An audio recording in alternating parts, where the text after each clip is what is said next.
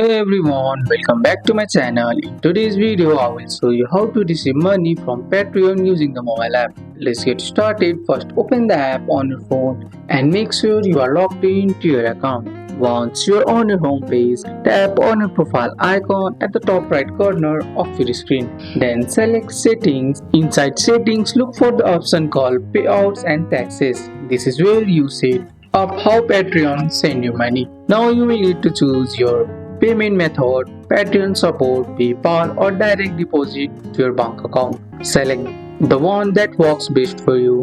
If you choose PayPal, just enter the email connected to your PayPal account. If you choose direct deposit, enter your bank details carefully, like your account number and routing number, so Patreon can send money directly to your bank. Once that's set up, Patreon collects money from your Patreons at the start of each month.